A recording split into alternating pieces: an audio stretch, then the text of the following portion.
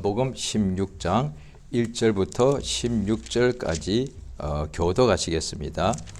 요한복음 19장 1절부터 16절까지만 교독하십니다. 이에 빌라도가 예수를 데려다가 채찍질하더라. 군병들이 가시로 면류관을 엮어 그의 머리에 씌우고 자색 옷을 입히고 앞에 와서 가로되 유대인이 왕이여 평안할지어다 하며 손바닥으로 때리더라. 빌라도가 다시 밖에 나가 말하되 보라, 이 사람을 데리고 너희에게 나오나니 이는 내가 그에게서 아무 죄도 찾지 못한 것을 너희로 알게 하려 함이로라 하더라.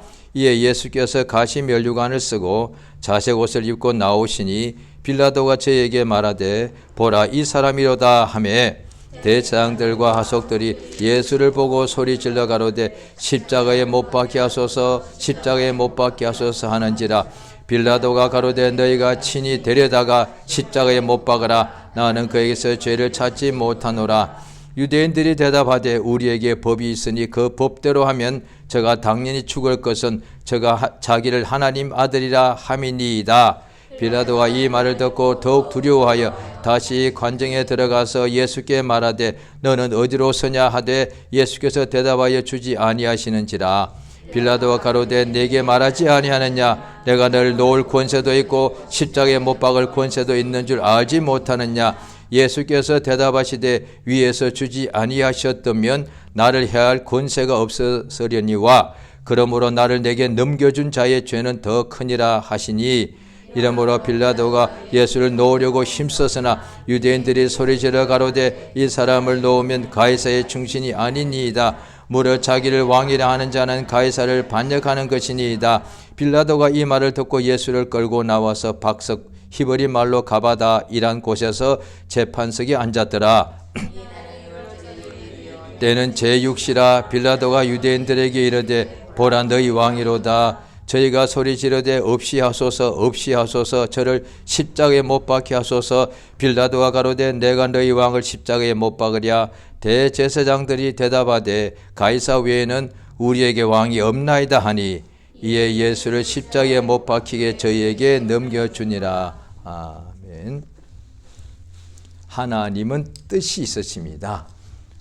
사람들이 하나님에 대하여 일단은 모르는 사람이 많고요.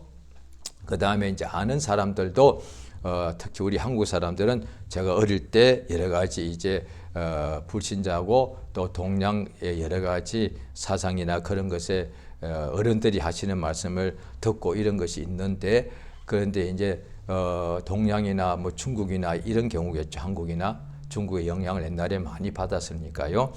그런데 이제 신이 있다고 말하면서 신은 아주 그냥 깊은 산속에 있다거나 높은 하늘에 있고, 그리고 우리 인간 사이는 전혀 관여를 하지 않고 그런 식으로 제가 들은 기억이 있습니다. 그런 영향이 아마 없지는 않을 것 같은데, 예수 믿는 사람들이 하나님께서 영이시고 모든 만유보다 크시고 그거는 아는데, 그런데 그 하나님께서 모든 만물을 다 창조하신 것도 믿죠. 우리 기독교 신자들이니까. 그런데 하나님께서 모든 만물을 자신의 뜻이 있으시고 뜻대로 모든 만물을 지으셨다는 것이 성경에 되어 나와 있음에도 불구하고 하나님이 우리 인간들을 불쌍히 여기시고 사랑하신다는 것이 성경에 나와 있다 보니까 하나님께서 우리 위하여 모든 만물을 지으셨다라고 생각할 수도 있습니다. 그러니까 마치 비유하자면 어린아이가 아빠 엄마가 자기들 너무너무 사랑하고 너무 이뻐하니까, 그래서 늘 아빠 엄마가 너는 최고다 그러고 우리 내 기쁨이다 그러고 막 아기들을 그렇게 위해주고 막 높여주고 하니까 아기들 생각할 때 엄마 아빠가 자기들 위해서 있다고 생각할 수도 있지 않겠습니까? 엄마 아빠가 모든 것을 아이들이 원하는 대로 다 해주니까 어린 아기가 생각할 때 엄마 아빠가 다 나를 위해서 있는 것 같고, 또 엄마 아빠가 항상 말할 때 우리 아들 우리 딸 최고다 항상 아기 때는 그렇게 다 말하지. 왜? 실제로 너무 사랑스러우니까, 너무너무 사랑스러우니까 최고죠. 그래서 엄마 아빠도 세상에서 일하면서 살면서 고되고 힘든 일이 많지만 집에 와서 아들 딸만 보면은 그 기쁨이 아니 그 괴로움이 사라질 정도로 그렇게 이쁘더란 말이죠. 그래서 그 아이 보고 내 최고다 할 수밖에. 그러다 보니 어린 아기가 생각할 때 자기가 정말 최고인 줄 아는 거지. 엄마 아빠도 자기 때문에 있는 것 같고 자기가 해달라면 다 해주는 것 같고, 그래서 어릴 때 엄마 아빠가 그렇게 말할 뿐 아니라 어릴 때도 점점 성장하는데도 엄마 아빠가 아이들이 원하는 대로 다 해주면 나중에 어떻게 되겠는가 그 아이가. 왜냐하니 그래 놓고 아이가 나중에 크고 난 후에 뭔가 순종치 아니하고 이기적이고 다른 사람의 아픔을 전혀 이해하지도 못하고 사회생활 속에서는 실패자가 되죠. 왜? 다른 사람을 다 괴롭히니까, 명령하고 이러니까. 도무지 다른 사람 말 들을 줄도 모르고 같은 사람인데도 친구들을 막 명령하고 이러니까. 왜? 그렇게 어릴 때부터 자라왔으니까. 그렇죠? 그러니까 신앙생활 할 때에 예수님께서 우리 영혼을 이렇게 믿음을 자라게 해주시는데, 신약에도 구약은 말했고 신약에 하나님이 자기 사랑하는 사람을 징계한다고 나옵니다. 우리가 만약에 하나님 우리를 사랑하시는 거 아는데 우리가 이 세상에 있을 때 우리 자신을 볼 때 우리가 한 번도 문제가 없는가? 우리가 완벽한가? 우리 생각이나 우리 말하는 것이나 우리 뜻이나 우리가 살아가는 모든 삶이 하나님의 뜻대로 살고 거룩하게 살고 신령하게 사는가? 아니지 않습니까? 오히려 하나님의 뜻을 듣지 않고 무시하고 자기 뜻대로 사는, 욕심대로 사는 경우가 얼마나 많습니까? 그런데도 불구하고 가만 놔두면 어떻게 되겠습니까? 그래서 신자들이 성장한 것이 아니고 교회에 오래 다닌 사람들이 어떻게 되냐니 신앙생활을 교회 생활할 뿐인데 신앙생활이 아닌데, 신앙생활은 믿는 믿음의 생활이라는 뜻이니까. 그런데 하나님의 믿고 그의 말씀대로 순종하는 것이 신앙생활인데 사실은 말로는 신앙생활하지만 신앙생활이 아니죠. 그냥 교회 생활하는 거죠. 그러다 보니 오래된 사람들이 어떻게 하느냐. 교회에서 군림합니다. 그래서 처음 오는 사람들 잘 모른다고 그러고 무시하고 막 그냥 명령하려고 그러고, 예수님 당시도 구약 교회인데 그들에게 바리새파 사람들과 율법사 서기관 이런 사람들이 있었는데, 대제사장도 있었는데 오늘 성경의 내용에도 나오죠. 이들이 군림의 왕이 되었더란 거예요. 권세자가 되어 있어가지고 항상 유대인들이 모임에 가도 상석에 딱 앉아 있고 항상 명령하고 지시하고, 예배당에 회당에 예배하러 가도 상자에 딱 앉더란 거예요. 그 후에 이들 중에 예수 믿는 사람이 많았는데도 불구하고 신약 성경 야고보서에 보게 되면은 이 사람들이 사람을 여전히 믿음이 성장한 것이 아니라 교회 생활을 오래 하다 보니까 교회에 새신자가 왔는데 가난한 사람이 왔단 말이에요. 그때 그렇게 했다고 성경에 야고보서에 나오니까. 그런데 오늘 새신자가 왔는데 보니까 가난한 사람이네. 그냥 서 있든지 저 뒤에 앉아 있든지 그렇게 하시오. 이렇게 한다는 거예요. 그런데 오늘 새신자가 왔는데 부자가 들어오니까 어서 오십시오. 이게 맨 앞자리에 앉으십시오. 이렇게 한다는 거예요. 이렇게 사람을 외모로 이렇게 판단한다는 거예요. 구분한다는 거예요. 그거는 불신자들이 하는 게 아니냐. 그런데 교회에서 어떻게 그렇게 하느냐. 그것도 새신자가 그렇게 한다면은 몰라서 그렇지만은 그 새신자들에게 뒤로 가서 서 있든지 아니면 앞에 앉히는 사람은 이미 믿는 사람이 그렇게 하는 것인데, 이렇게 이게 어떻게 잘못되는 것이냐. 이 행함이 없는 믿음은 죽은 것이 아니냐. 하나님의 한 분인 줄 알고 떠는 것은 귀신도 할 줄 안다고 그렇게 기록한단 말이죠.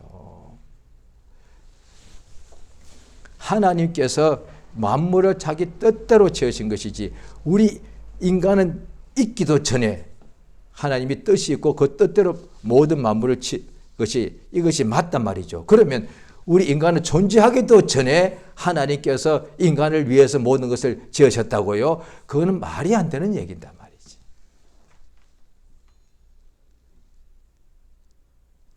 하나님이 인간에 위하여 모든 만물을 지으신 것이 아니라 하나님의 자기 뜻이 있다는 거예요. 심지어 성경 보면 하나님의 아들이 곧 하나님이신 예수도 이 세상에 오셔서 그가 공생애 동안에 여러 가지 말로 말씀을 깨닫게 우리에게 알려주셨는데, 자, 요한복음 6장을 보십니다.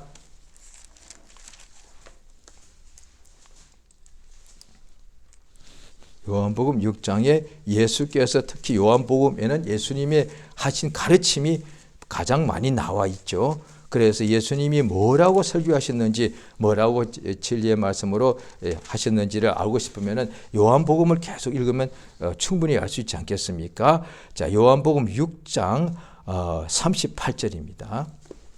38절, 39절입니다. 자, 같이 읽겠습니다. 시작.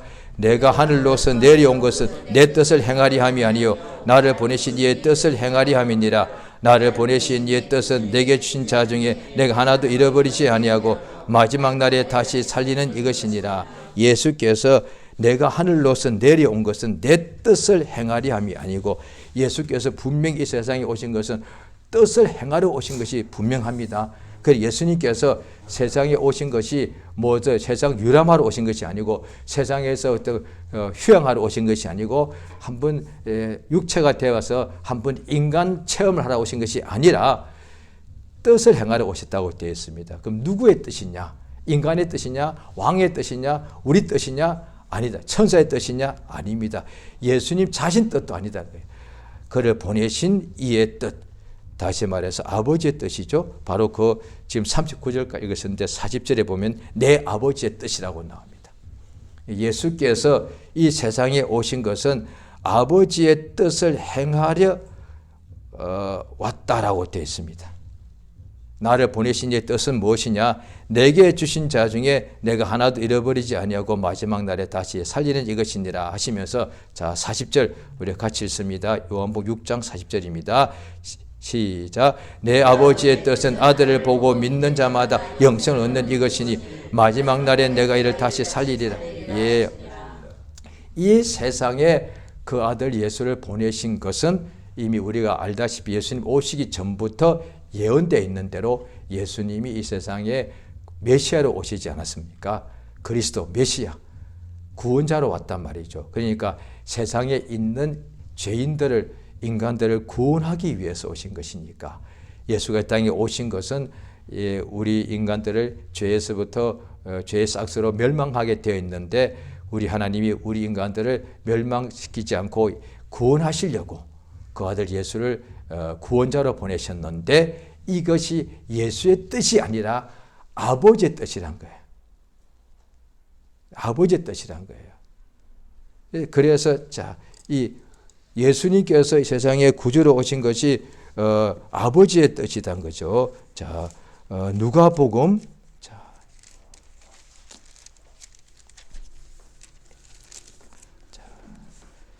누가복음, 자, 보시겠습니다. 자,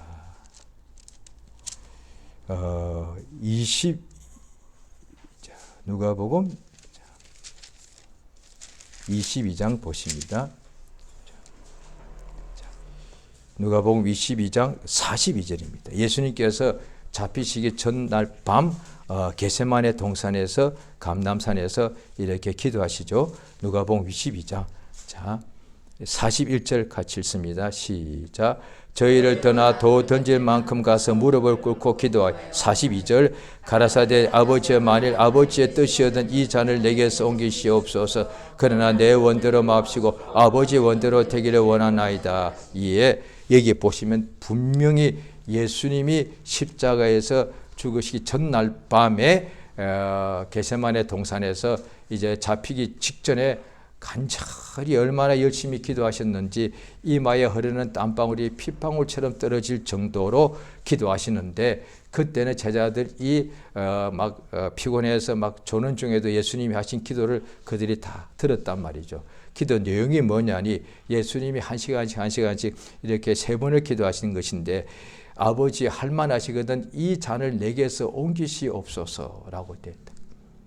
그러니까 방금도 읽었던 이 같은 내용이 사복음서에 다 나와 있는데요. 누가복음 22장 42절에도 아버지의 뜻이거들랑 이 잔을 내게서 옮기시옵소서. 그런데 아버지의 뜻은 예수님이 십자가에 죽으시는 이 잔을 옮기시는 것이 아니라 십자가에서 죽는 겁니다. 그렇죠? 그러니까 그러나 내 예수님의 뜻이 아니라 십자가에서 예수님이 대속물로 못 박혀 죽는 것은 아버지의 뜻이라고 분명히 다시 한번 우리가 알 수 있는 거죠. 그러니까 아버지의 뜻이 아들을 세상에 보내어서 육신을 가지고 보내서 그 피 흘리 우리 인간들을 위하여 대속물로 피 흘려 죽기 위한 것이 죽게 하는 것이 아버지의 뜻이단 말이에요. 그래야만 예수의 피가 있어야만 피 흘림이 없으면 죄 사함이 없기 때문에 예수가 피 흘려지야만 우리 죄인들이 죄 용서를 받고 멸망치 않고 영생을 얻기 때문에 그렇습니다. 내 아버지의 뜻은 아들을 보고 믿는 사람마다 영생을 얻는 이것이다 라고 말씀하시는 거죠. 자, 오늘 본문에 예수님께서 이제 빌라도 앞에 가서 이렇게 마지막 빌라도가 결정하게 되어 있는 순간입니다. 그러니까 예수님이 빌라도 앞에 가기 전에는 먼저 배반한 유다가 군사들을 데리고 와서 예수를 잡아갔죠. 결박해서 끌고 가서 대제사장한테 끌고 갑니다. 그런데 그들이 모여가지고 예수님을 사형 판결을 합니다. 그런데 예수님을 사형 판결을 했지만은 예수님을 죽일 수 있는 그들이 권한이 없기 때문에 그래서 이 빌라도에게 예수님을 데리고 와서 빌라도 보고 자기들이 예수를 사형이라고 판결을 내렸으니까 빌라도 보고 집행해달라고 한 겁니다. 이게. 그런데 빌라도가 보니까 이 예수가 사형을 받을 만큼 죄가 없단 말이에요. 오늘 본문이 그 내용이에요. 빌라도는 이방인이고 그 다음에 로마 황제를 대리하여 온 총독인데 그가 볼 때 사형은 이들에게는 유대인들이 재판할 수 있는 권리는 있죠. 그러니까 속국인데도 그들에게 자치할 수 있는 권한을 줘가지고 재판할 수 있는 권리는 있는데 사형할 수 있는 권한은 없죠. 자, 오늘 요한복음 19장인데요. 자, 19장 7절입니다. 7절. 같이 읽습니다. 시작. 유대인들이 대답하되 우리에게 법이 있으니 그 법대로 하면 저가 당연히 죽을 것은 저가 자기를 하나님 아들이라. 예, 하나님의 아들이 자기를 하나님의 아들이라고 하지 않았으면 죽지 않았겠죠. 그런데 하나님의 아들이 하나님의 아들이라고 말하는 것이 유대인에게는 이거는 신성모독이 되어서 그 당시 그들이 볼 때는 예수님이 사형에 해당한다고 말했단 말이죠. 그런데 불신자가 볼 때 하나님, 예수님이 자기가 하나님 아들이라 이거는 사형 죄가 아니잖아요. 오늘날에도 우리가 세상에서 볼 때 누구를 살인하거나 이러면 그 사람이 형벌을 법정에 가서 판결받고 사형을 받기도 하겠죠. 그런데 그 사람이 나 하나님의 아들이다. 그런다고 해서 사형 판결을 받지 않지 않습니까? 한국에도 자칭 하나님의 아들이라 자기가 하나님이다 하는 이단들이 있는데 그러면 그들 다 죽어야지. 만약에 이단들이 자기를 그렇게 했을 때 다 우리나라 법정에서 잡아서 다 죽이면 이단 한 명도 안 나올 거예요. 그러면 예수님 말씀에 이단이 나온다는 그 말 예언이 이루어질 수가 없죠. 그 신자들이 볼 때 저런 이단들 때문에 기독교가 지금 어려움을 당하고 말이지 믿음 있는 사람들이 속아서 저들에게 넘어가고 하나님께서 왜 가만 계시는가. 예수님이 미리 예언됐습니다. 나중에 이단들이 많이 나온다고 되어 있습니다. 한두 명이 아니라 마지막 때는 많이 나온다고 되어 있습니다. 왜요?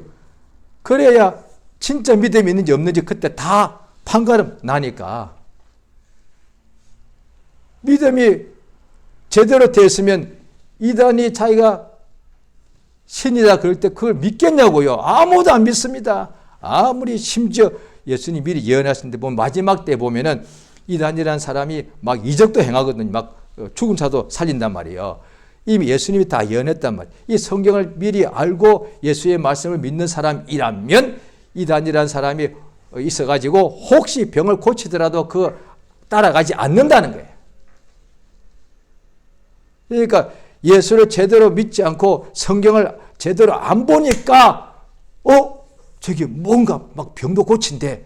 그러면 병 고치는 것은 세상에서 병원이 제일 많지 않습니까? 그러면 병원장을 신이라고 섬겨야지.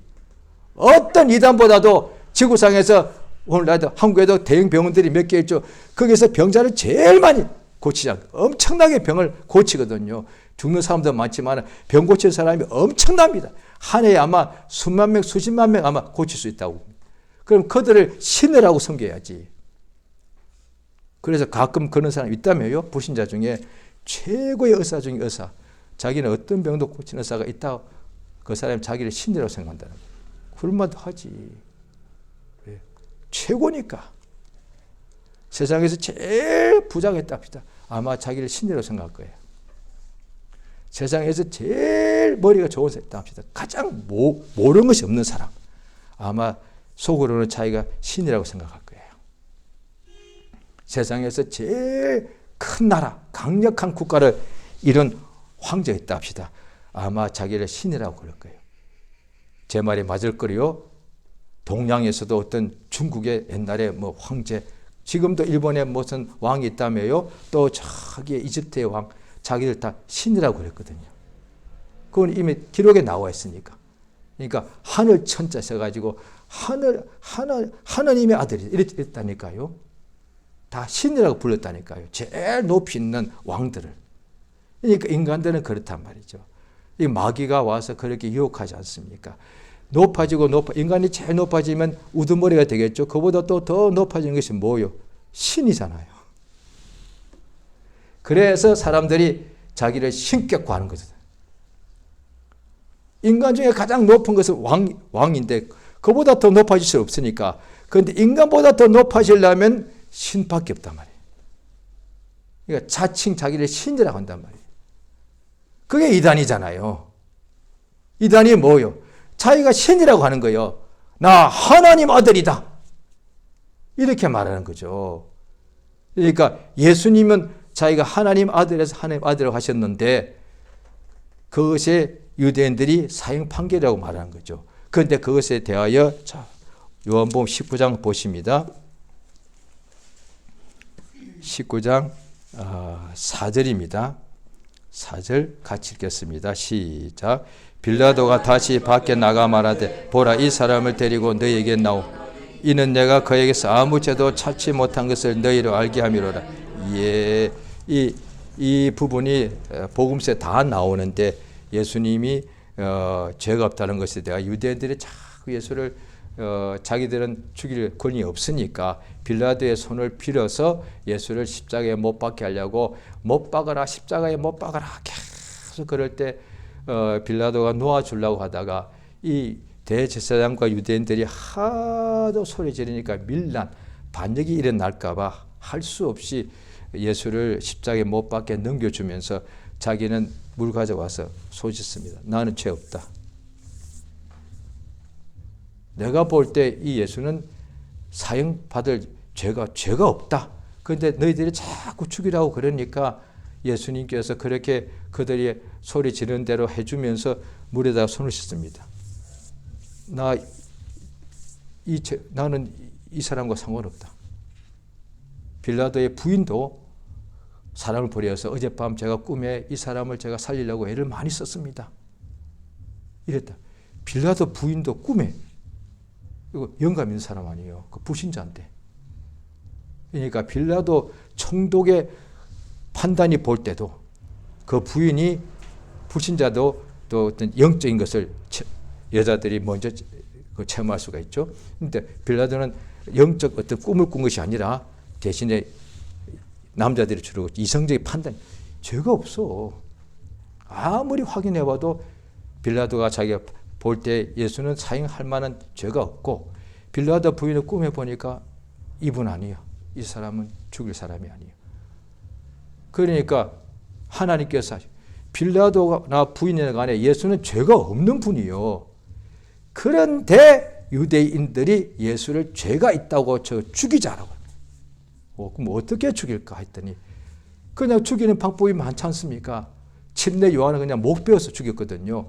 그런데 이미 성경에 예언되어 있는 대로 가장 비참한 죽음이 잊어버리는 거거든요. 이들이 볼 때 예수를 처음에 십자가에 못 박으려 하다 나중에 없애버리라. 없애소서. 없애라. 없애라. 십자가에 못 박아라. 그런 거거든요. 십자가에 못 박아서 아예 기억조차 하지 않으려고. 왜? 너무 비참한 죽음이니까.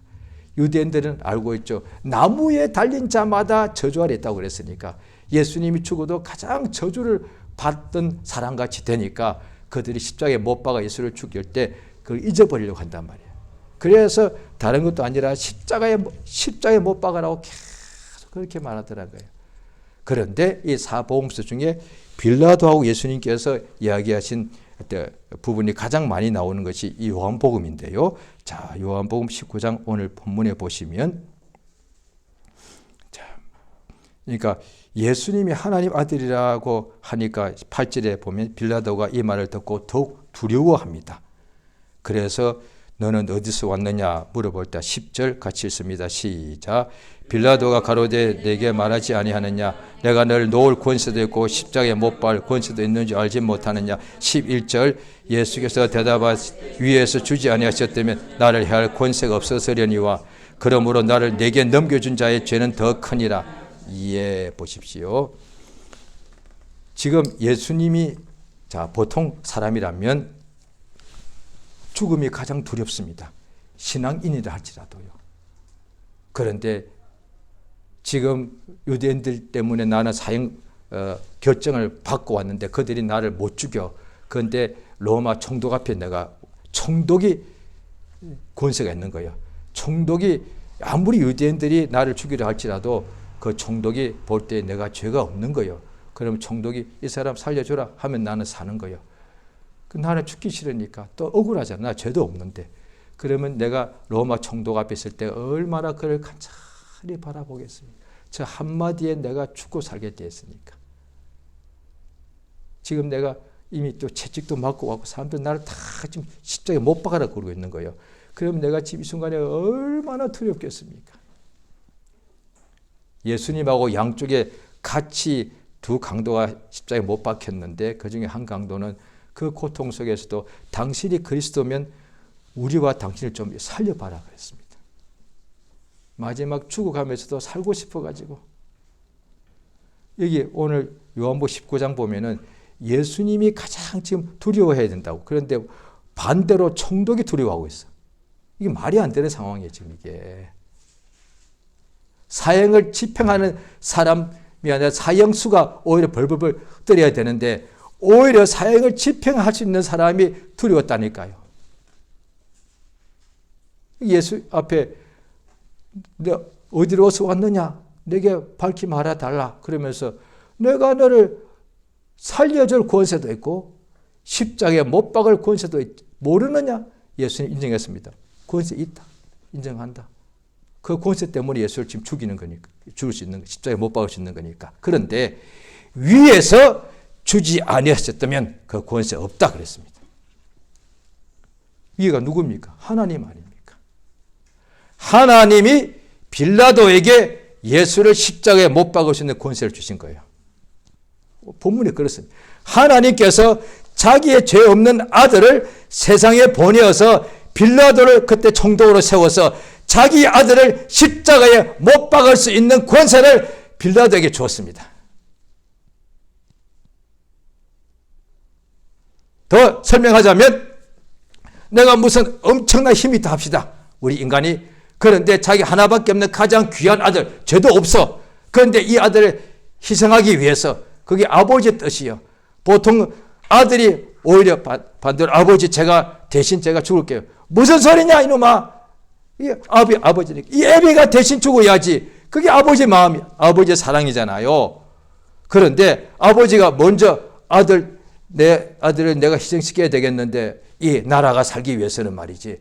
어떻게 내가 직접 할 수는 없고 저렇게 장군 하나 불러. 너 이리 와. 내 아들 죽여야 돼. 내가 너한테 특별히 명령하는 거야. 너는 누가 와서 내 아들이 억울하다고 그러고 아무리 옆에서 그래도 너는 반드시 내 아들 죽여야 돼. 이게 말이 되는 얘기예요, 이게. 그 장군에게 이 왕이 자기 아들을 죽일 수 있는 권세를 주는 거예요. 하나님의 아들이 예수님께서 하나님 아들이 이 권세가 없으면 결코 죽을 수 없게 되어 있습니다. 예수님 공생에 처음 시작할 때 마귀가 예수님이 이 권세로서 권세 아래에서 죽는 것이 아니라 그냥 40일 금식한 후에 갑자기 돌 가지고 밥을 만들어 먹으면 죽죠. 이게 막혀서 죽죠. 그렇게 죽게 하거나 또 아니면 성전 꼭대기에서 뛰어내려 그래서 예수님이 죽게 하거나 이런 식으로 했단 말이죠. 예수님은 그런 식으로 죽지 않습니다. 또 그렇게 죽을 수도 안 되고 죽을 수 없지만은 예수님은 오직 사형 판결을 받고 죄 없는 분이 죄가 있다고 뒤집어 쓰고 그 다음에 십자가에 못 박혀 죽어야 됩니다. 그것도 권세자가 의해서 테러가 아니고 사건 사고에 의해서 갑자기 어떻게 뭐 자동차에 뭐 이런 것이 아니라 갑자기 뭐 빌딩이 무너진 것이 아니라 예수님은 십자가에 못 박혀 죽어야 됩니다. 그런데 또 몇몇 사람이 예수님을 몰래 잡아서 못 박는 것이 아니라 모든 보는 데서 권세자가 이 사람 십자가에 못 박아라 라고 명령해서 죽어야 돼요. 이게 오늘 본문에 나와 있는 겁니다. 그러니까 사망 권세자 세상에 있더란 거예요. 이면에 마귀를 말하죠. 그 권세, 예수님이 십자가에 못 박히니까 사망 권세자가 마귀인데 예수님이 십자가에 못 박힌 순간에 죽는 순간에 마귀가 그랬을 거예요. 내가 이겼다 그랬을 줄 모릅니다. 예수님이 제3일에 부활하더란 거예요. 그러면 사망 권세가 끝난 거잖아요. 다시 일어났으니까. 예수께서 그래서 이 세상에 오신 것은 사망을 패하시고라고 되어 있습니다. 사망을 패하시고 우리에게 생명 주시려고 오셨다고 되어 있습니다. 예수께서 아버지께서 빌라도에게 예수를 십자가에 못 박을 수 있는 권세를 주셨습니다. 그 권세 앞에 하나님 아들이라도 순종해가지고 십자가에 못 박혀 죽었습니다. 그래서 이 모든 것이 하나님께서 일을 하신다고 되어 있다는 말이죠. 그러니까 이것이 아버지의 뜻대로 이루어지는 거란 말이죠. 자, 우리 사도행전 2장을 보십니다.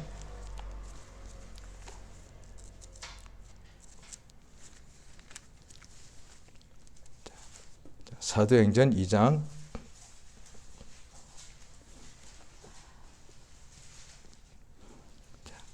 23절입니다. 같이 읽겠습니다. 시작. 그가 하나님의 정하신 뜻과 미리 아신 대로 내어준 바 되었거늘 너희가 법 없는 자들의 손을 빌어 못 박아 죽였으나 24절 하나님께서 사망의 고통을 풀어 살리셨으니 이는 그가 사망에 며 있을 수 없었. 예, 보십시오. 그러니까 그가 하나님의 이미 정해놓은 뜻, 하나님의 아버지 뜻은 뭐냐? 예수님이 세상에 육신으로 오셔서 십자가에 못 박혀 죽는 것, 이미 하나님이 이미 창세전에 이미 정해놓았다는 거예요. 정해놓으신 뜻과 그 다음에 미리 아신 대로 내어준 바 되어 너희가 법 없는 자, 이때는 율법이란 뜻입니다. 율법 없는 자들의 손을 빌어 못 박아 죽였으나 하나님께서 사망의 고통을 풀어 살리셨으니 이는 그가 사망에 며 있을 수 없음이더라. 이렇게 나와요. 그러니까 사도 베드로가 성령 받고 제일 먼저 유대인들에게 한 설교가 이 내용이다. 예수가 너희들이 예수를, 왜 유대인들 그때 예루살렘 사람들이 예수를 십자가에 못 박아라 했으니까 그들이 지금 이 베드로 설교를 듣고 있는 거니까 너희들이 법 없는 자들의 손을 빌어서 예수를 죽이지 않았느냐. 그런데 사실은 이게 하나님의 뜻이다. 그렇지 않다면 이들은 용서받을 수가 없죠. 예수님 19장의 요한복음 19장의 말씀이 뭐라고 하십니까? 예수님을 십자가에 못 박을 수 있는 것이 빌라도겠지만은 나를 너에게 넘겨준 자의 죄가 더 크다. 그럼 죄가 제일 큰 것이 누굽니까? 유다. 그 다음에 대제사장들. 빌라도에게 예수를 사형 판결 내리고서 빌라도의 손을 빌어서 죽이도록 예수에게로 넘겨준 자들의 죄가 더 크다라고 말씀하셨습니다. 그러면 지금 이 베드로가 설교하고 있을 때에 예수님 보고 빌라도에게 십자가에 못 박아라 한 사람들, 이 사람들이요. 이들이 죄가 얼마나 커. 그런데도 이들이 구원을 받아요. 어림도 없지 않습니까? 이 큰 죄를 그들이 다 멸망당해야 되는데 그들에게 설교하기를 예수님이 십자가에 못 박혀 죽는 것은 이미 하나님이 정해놓으신 뜻이다. 아, 그런가? 결국 뭐요? 빌라도고 하나님의 뜻을 이루는 데 쓰임받은 것이고 십자가에 못 박아라 한 사람들도 하나님께 예수님이 십자가에 못 박혀 죽어야만 우리를 살리는 구원자가 될 수 있으니까 다 쓰임받았단 말이에요. 그렇죠? 자, 로마서를 보십니다. 로마서 9장을 보십니다.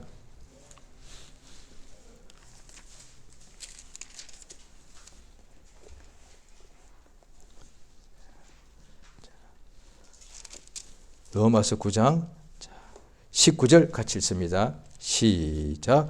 혹 내가 내게 말하기를 그러면 하나님이 어찌하여 허물하시느뇨 누가 그 뜻을 대적하느뇨 하리니 이 사람아 내가 네기에 감히 하나님을 힐문하느뇨 지음을 받은 물건이 지은 자에게 어찌 나를 이같이 만들었느냐 말하겠느뇨 토기장이가 진흙 한 덩이로 하나는 귀 있을 그릇을 하나는 천 있을 것을 만드는 권이 없느냐 만일 하나님이 그 진노를 보이시고 그 능력을 알게 하고자 하사 멸하기로 준비된 진노의 그릇을 오래 참으심으로 관용하시고 또한 영광 받기로 예비하신 바 긍휼의 그릇에 대하여 그 영광의 부유함을 알게 하고자 하셨을지라도 무슨 말하리요 이 그릇은 우리니 곧 유대인 중에서 뿐 아니라 이방인 중에서도 부르신 자 아니라 여기까지만요.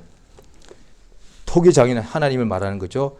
그가 진흙 한 덩이 가지고 그릇을 만드는데 하나는 똑같은 진흙 가지고 하나는 자기 밥상에 올려놓을 귀하게 쓰는 그릇을 만들고 하나는 그냥 자기의 어떤 마구간에 먹이 하려고 천이 쓰는 그릇을 만들 수 있고 또 하나는 자기의 얼굴을 씻을 수 있고 그다음 물을 마실 수 있는 그릇을 만들 수 있고 하나는 자기 발을 넣어서 발을 닦는 그릇을 만들 수 있다. 그 토기장이 마음에 드는 거예요.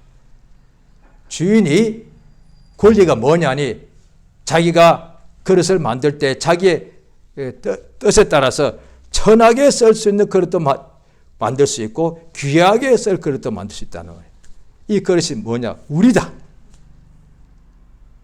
하나님께서 예수를 땅에 보내서 대속물로 죽는데 역사할 수도 있고 그 예수를 파는 그릇으로 만들 수도 있고 예수 십자가에 못 박는 빌라도로 쓸 수도 있다는 거예요.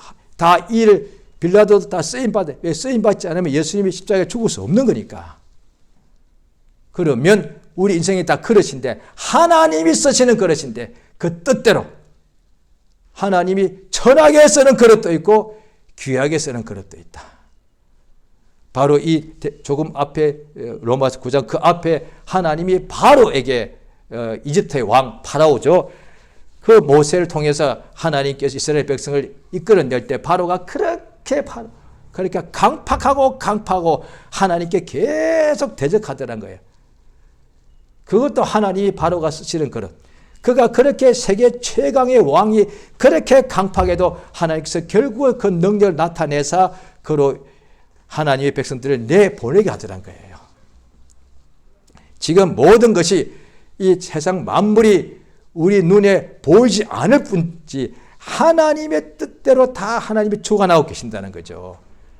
예수께서 말씀하시기에 우리 보고 하나님은 너희들 머리털까지도 다 세신 바 되었다. 다 알고 계신다는 거예요. 그러니까 하나님께서 다 아십니다. 이 사람이 태어나서 이렇게 해서 예수를 따라다니다가 예수를 팔 사람 다 이미 알고 있는 거예요. 하나님이 정한 거 아닙니다. 그런데 알고 이 사람은 이렇게 그러다가도 강도짓 하다가도 마침 예수님하고 죽을 때 같은 날 십자가에 못 박혀 죽을 때 그 옆에 매달려 죽는 바람에 주여 나를 기억해 주옵소서 할 사람 하나님은 다 아신다는 거예요. 똑같이 예수의 좌우편에 같이 두 명의 흉악범이 십자가에 못 박혀 죽고 있는데 하나는 끝까지도 당신이 하나님 아들이라면 당신도 나도 좀 살려봐. 마지막 죽으면서도 그런 사람이 있어. 그런데 옆에 있는 한 사람은 그 사람 보고 조용히 해. 이분은 죄가 없는 분이셔. 주여 오늘 나를 기억해 주시옵소서. 그러니까 한 사람은 마땅히 죽을 죄에 흉악범이라서 사형 집행을 받고 있는데도 살려달라 그랬고, 한 사람은 마땅히 자기가 죽을 죄를 범한 것을 알고서 근데 죽는 순간에 그러나 주의 나라에 임할 때 나를 기억해달라고. 그 말이 뭐예요? 나를 구원해달라는 얘기겠죠. 예수께서 정녕 오늘 네가 나와 함께 낙원에 있을 것이다. 우리 하나님께서 우리가 태어날 때 부모님이 누구고 이름이 뭐고 우리가 어떻게 태어나고 어디서 살고 어떻게 공부를 하고 어떻게 다 알고 계십니다. 전부 다 알고 계세요. 이 세상에 모든 태어난 것이 하나님의 말씀대로 생육하라 번성하라 뜻대로 다 지금 이루어져 있다고요. 또 세상에 악인들이 왜 많냐고 성경에 이미 다 나와 있어요. 그 다음에 믿으면서도 왜 또 시험 드는 사람이 성경에 이미 다 나와 있어. 시험 드는 사람이 나온다고. 성경에 이미 다 하나님이 다 하고 계신 거예요. 하나님의 뜻대로 지금 다 이루어지고 있습니다. 우리도 내 뜻이 있어가지고 내 인생에서 내 사업에서 내 가정에서 이렇게 뭔가 하기를 원하는데 나도 내 뜻이 있어가지고 내 집안에 어떤 물건이 있을 때 이 물건이 있으면 이쪽으로 옮기거나 아니면 이 물건을 빼버리거나 또 아니면 이것이 잘못됐으면 새 것을 오고 나도 다 뜻이 있지 않습니까? 나도 매일같이 뜻대로 살거든요. 아침에 내가 몇 시에 일어나서 그 다음에 뭘 해야 되고 운동을 하거나 그 다음에 내가 밥을 먹을 때 오늘 뭘 먹을 것이고 다 뜻대로 하고 있지 않습니까? 우리 자신도 자기 하루 생활 속에서 거의 100% 자기 뜻대로 하고 있다고요. 누구를 만날까? 내 뜻대로. 만나서 뭔 이야기를 할까? 어디로 갈까? 다 내 뜻대로 하는 거 아니에요. 전부 다 그렇습니다. 만나서 얘기할 때도 내 뜻을 얘기하는 거단 말이에요. 인간도 하나님에 비하면 억만문에 안 되는 가장 먼지만 불과한 인간도 자기 의지가 있으니까 자기 뜻이 있어서 뜻대로 다 하려고 한단 말이에요. 그게 자기 고집이잖아요. 예수 믿고 천국 갑시다 할 때 자기 뜻대로 나는 필요 없어. 이게 히브리 사람들 보고도 오늘날 그의 음성을 들을 때 하나님의 뜻이 음성이죠. 그 말씀을 들을 때 회개치 않는 악심 가지고 하나님의 말씀 들을 때 그 마음을 강팍하게 하지 마라. 그게 뭐예요? 하나님의 뜻을 들을 때 내 뜻을 앞세우는 거야. 나는 그렇게 생각하지 않습니다. 심지어 믿는 사람이요. 중풍병 걸려서 그런데 예수님 앞에 친구들이 데리고 왔단 말이에요. 일어나 침상을 들고 걸어가라. 아니 이분이 나를 안수도 안 해주고 번쩍 안아서 이렇게 주지도 않고 나보고 이 완전히 거의 줄똥말똥하는 이 힘든 사람 보고 일어나서 내 발로 일어나서 침상을 그것도 침대를 들고서 걸어가라니. 아니 그게 내 뜻 아니에요. 내 뜻대로 살 때 뭐가 됐냐 이 말이야. 내 뜻대로 살 때 생명이 있던가 복이 있던가 구원이 있던가 내 뜻이라고 전부 다 자랑, 교만, 낙심, 저주, 싸움밖에 더 있던가. 이것이 이미 믿는 사람이라면 이미 족하지 않느냐. 지나간 때가. 아직도 자기 뜻이라고 해서 욕심인데 다 죄를 짓는 건데 그 뜻대로 사고자 한단 말이에요. 그런데 하나님의 뜻은 하나님의 말씀 아니에요. 그 말씀이 뭐예요? 생명 말씀, 복의 말씀. 내 뜻은 저주 아니에요. 어이구 꼴 보기 싫어. 이거 저주 속으로. 어이구 이거 저주하는 거 아니에요 이거. 내 뜻이 뭘 그래. 아무리 배우고 잘난 체 해도 속에서 뜻은 뭐야? 사랑하는 가족끼리라도 마음에 안 들면 어이구 꼴 보기 싫어. 저주하는 거예요 인간은. 신자라도. 그런데 하나님의 뜻은 저주 아니지 않습니까? 생명, 복, 용서, 구원, 치료지 않습니까? 그러니까 하나님의 뜻을 받는 사람이 복이 있다는 거죠. 하나님께서 모든 만물을 지금 다 알고 자기 뜻대로 지금 주관하고 계시는데 그러면 이미 이게 정해진 거 아니에요? 그래서 이게 예정론이 거기서 나오는 거거든요. 자, 디모데후서 2장을 보십니다. 신약 성경 345페이지. 신약 성경 345페이지. 디모데후서 신약 성경 345페이지입니다. 디모데후서 2장입니다. 자, 2장. 자, 20절입니다. 20절 같이 읽겠습니다. 자, 시작. 큰 집에는 금과 은의 그릇이 있을 뿐 아니요 나무와 질그릇도 있어 귀 쓰는 것도 있고 천이 쓰는 것도 있나니 그러므로 누구든지 이런 것에 자기를 깨끗하게 하면 귀 쓰는 그릇이 되어 거룩하고 주인의 쓰심이 합당하며 모든 선한 일에 예비함이 되리라. 또한 내가 청년의 정욕을 피하고 주를 깨끗한 마음으로 함께 의와 믿음과 사랑과 화평을 쫓아라. 예, 이까지만요. 로마서 9장만 보면요 예정론이라고도 볼 수도 있습니다. 그럼 하나님께서 토기장이가 진흙 한 덩이 가지고 자기 뜻대로 하나는 아예 천한 그릇을 만들고 귀한 것을 만들어 버린 거예요. 이거 정해져 버린 거네. 그런데 디모데 후서 2장에는 귀한 그릇도 있고 나무 그릇도 있다. 그런데 사실 이게 틀린 건 아니거든요. 우리 집에 내가 금그릇 있단 말이에요. 은그릇도 있단 말이에요. 그런데 나무 그릇도 있고. 그런데 어느 날 어떻게 하다 보니 내가 금그릇, 은그릇은 또 어떻게 없어지기도 한단 말이에요. 그런데 하나 남은 것이 질그릇이요. 이것 가지고 밥을 먹지. 이렇게 됐거든요. 내가 막 부유할 때는 나무 그릇도 아니에요. 그런데 힘들고 괴로울 때는 나무 그릇도 귀해. 질그릇도 그렇게 귀해. 인간도 그렇게 하셨다. 하나님 보시기에 그릇은 인간인데, 그러니까 그 그릇은 어떻게 바뀔 수가 없죠. 이런 그릇은. 그런데 인간은 자유의지가 있기 때문에 자기를 깨끗이 하게 되면 비록 지금은 천하게 쓰는 그릇이라도 자기를 깨끗이 하면 하나님께서 나를 귀히 써주신다는 거죠. 성경 예가 너무 많은데 하나만 들어도 이 디모데 후서나 로마서를 기록하게 한 사도 바울이지 않습니까? 기독교회를 막 망가뜨리는 사람, 가장 악질 중에 악질이었다고요. 그런데 예수 만나고 나한테 가장 기독교회를 교회를 많이 세운 사람, 복음 때문에 가장 욕을 많이 먹은 사람이 되잖아요. 하나님이 그렇게 천하고 천한 그릇을 귀하게 써주시더라고요. 그래서 그가 그걸 체험했기 때문에 어떻게 그러냐. 하나님께서 내게 은혜를 주셨다는 거예요. 하나님 나를 불쌍히셨다라고 되어 있단 말이죠. 그러니까 이것이 복음이다. 복음은 가장 이방인 유대인에 비해서는 개, 돼지라고 그냥 짐승 같은 인간들이란 말이죠. 왜? 하나님이 아예 버린 자들이니까. 그런데도 복음은 이방인에게도 복음이 전해져서 누구든지 예수를 주라고 신하면 구원받고, 누구든지 예수를 믿으면 성령 받고, 누구든지 성령 받으면 하나님의 나라를 상속할 수 있게 되었다는 거죠. 이것이 우리를 향하신 하나님의 뜻이라고 되어 있습니다. 이 뜻이 얼마나 좋은 뜻이냐. 하나님의 뜻이 나쁜 것이 하나도 없지 않습니까? 성령께서 우리로 골로새서 1장에 보게 되면 신령한 지혜를 주셔서 하나님의 뜻을 아는 것으로 채워달라고. 매일 기도하는 것이 뭐냐. 바울 선생이 자기가 이미 예수 믿게 하고 개척한 교회들을 위해서 멀리서 기도하는 것이 뭐냐.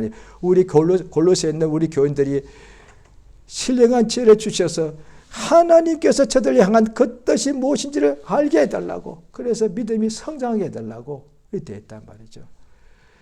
우리 삶은 내 뜻대로 이루어지는 것이 줄 알았는데, 불신자 쪽에는 신자라도 주의 뜻을 아직 잘 모르면 여전히 신앙생활 하면서도 자기 뜻대로 주님이 도와달라고 그런단 말이야.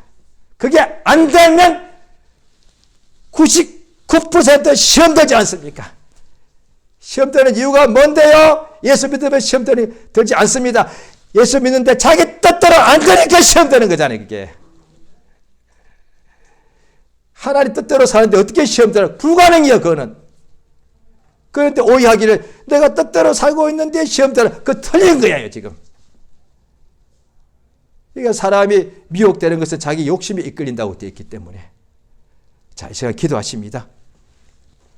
성령 충만케 하셔서 내 뜻대로 살지 말고 아버지의 뜻대로, 내 뜻은 다 사망밖에 없는데 육신의 생각이니까 하나님 아버지의 뜻대로 항상 믿고 감사하고 순종하도록 성령 충만케 해달라고 예수님 한번 부르고 다 같이 기도하십니다. 예수여 참으로 의지합니다. 하나님의 뜻을 알게 인도하시고 도와주시옵소서. 성령 충만케 하셔서 아버지의 뜻을